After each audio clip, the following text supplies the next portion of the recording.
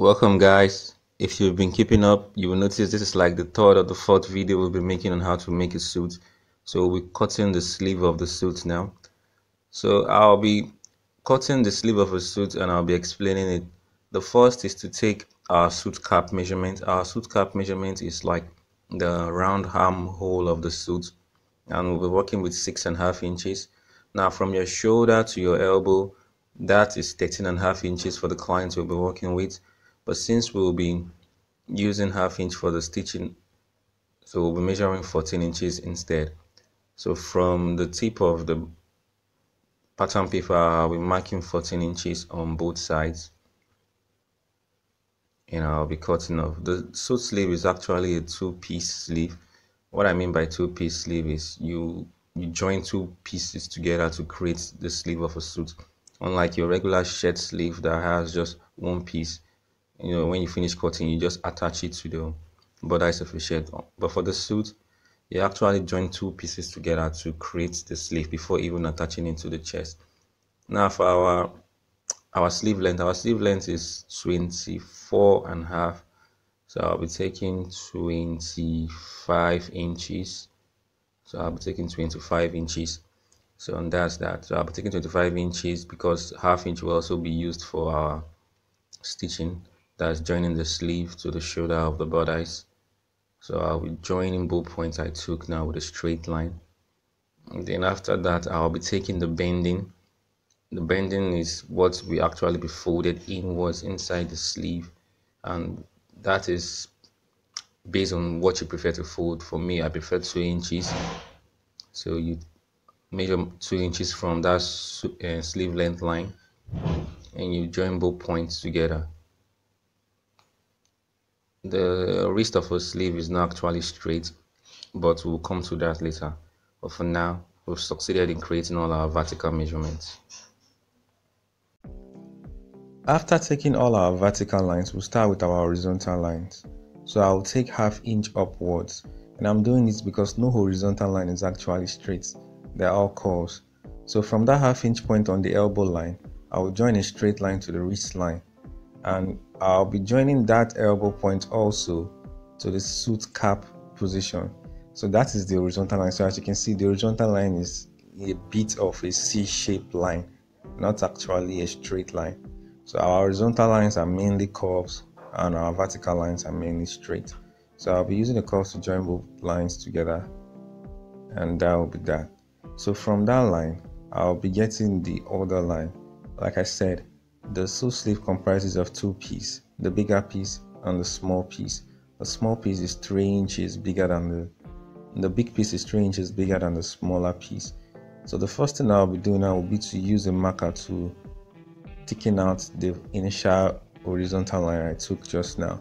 And from that point, I'll be making a 3 inches parallel line to this initial line I took now.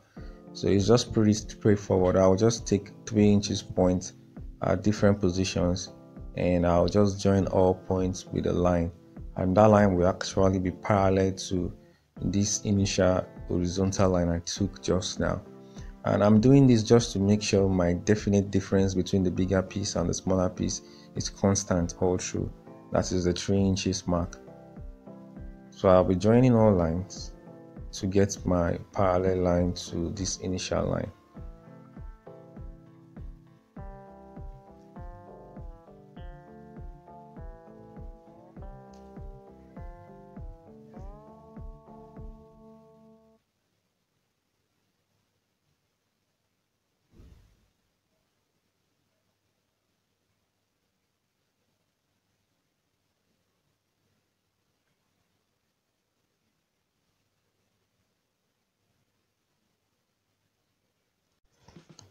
So we'll start working on the bicep. Remember, once again, the suit sleeve is made of two pieces, the big and the small piece. So for the big piece, which is the line down there, that's the beginning of the big piece. And for the small piece, which is up there, now at the position of the small piece, the big piece is already 3 inches high. So when you add 1 inch to the small piece, it means the big piece becomes 4 inch and the small piece becomes 1 inch. So when you add 2 inches, the small piece becomes 2 inches high and the big piece becomes 5 inches high. When you add 3, the small piece becomes 3 inches high and the big piece becomes 6 inches high.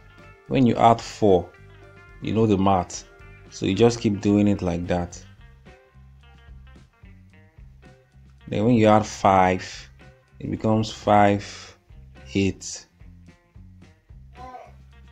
Then when you add 6, it becomes 9, 6, and that is 15 inches. Remember, the bicep is 13 plus 2 inches is what we saw in allowance, so the 2 inches is what will make it 15 inches, and that is what will be marked from the elbow point to the shoulder point. So we'll mark our 9 inches, which is 15 inches when you sum both the small piece and the big piece. So I've marked 15 inches on the elbow line, the suit cap line, and also the shoulder line. So I'll be joining with a straight line. So that mathematics I did there, I'll also do it on the wrist line. So for our wrist line, the big piece is already 3 inches at the small piece point, and the small piece is 0 inches at the small piece point.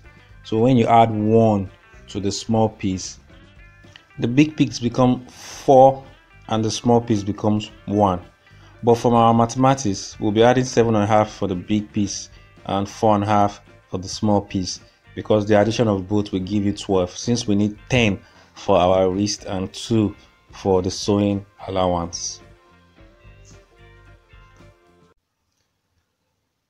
We'll start working on the wrist line. The wrist line of a suit is not actually straight, it is slant. So it is slant because you need your shirt to show when you wear your suit. So we'll take ½ inch upwards like that, and we'll take ½ inch inwards from that position.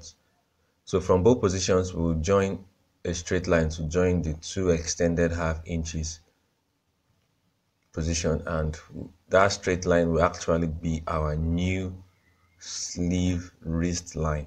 So from that straight line, we'll create our slit. Our slit will be 2 inches high, and from that point we'll take 2 inches mark. Then the height of our slit, or the breadth of our slit I should say, is 6 inches. So I'll take 6 inches like that. Then I'm trying to create something in the form of a shape of a parallelogram. So I'll take another 6 inches from that 2 inches height point. Then I'll join with a straight line. So after joining with a straight line, I'll mark my 2 inches on that line, and I'll join to the initial 2 inches point I marked, and I've succeeded in creating my slit for the wrist. This slit is also present in the vent in the back piece of a suit. So I'll be using my marker to thicken out the line. I'm just trying to make everything easy. That's why I'm just thickening out everything step by step. I don't want it to look in any way confusing. I'm just trying to take it step by step. So I'll cancel out that excess.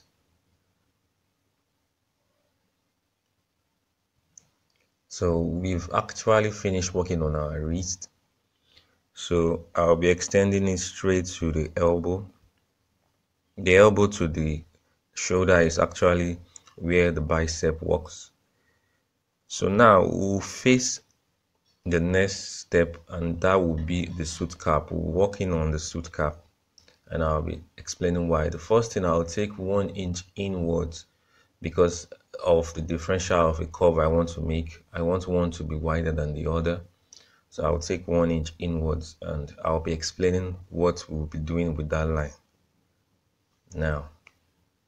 So after taking 1 inch inwards, I'll be dividing the remaining box into 2.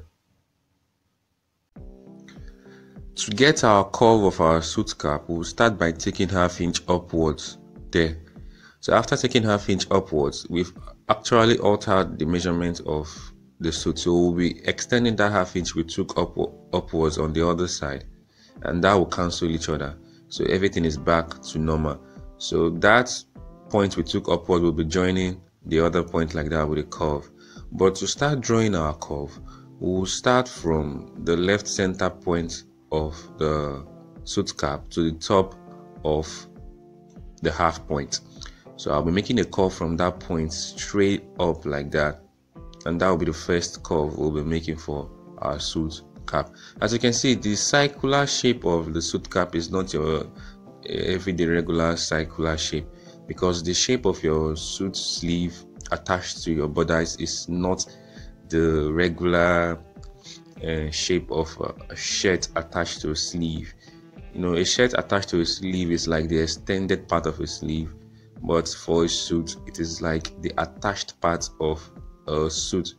So after joining that line, because the French curve is not actually built in a way to just create any curve you want, so you can just do that by creating small curves and joining all small curves to get the actual curve you need. So as you can see, I've actually succeeded in creating the curve from that down part to that by joining smaller curves. I'll be using a line to join the suit cap to the elbow, and I'll be careful enough to make sure it meets the curve that begins from the elbow.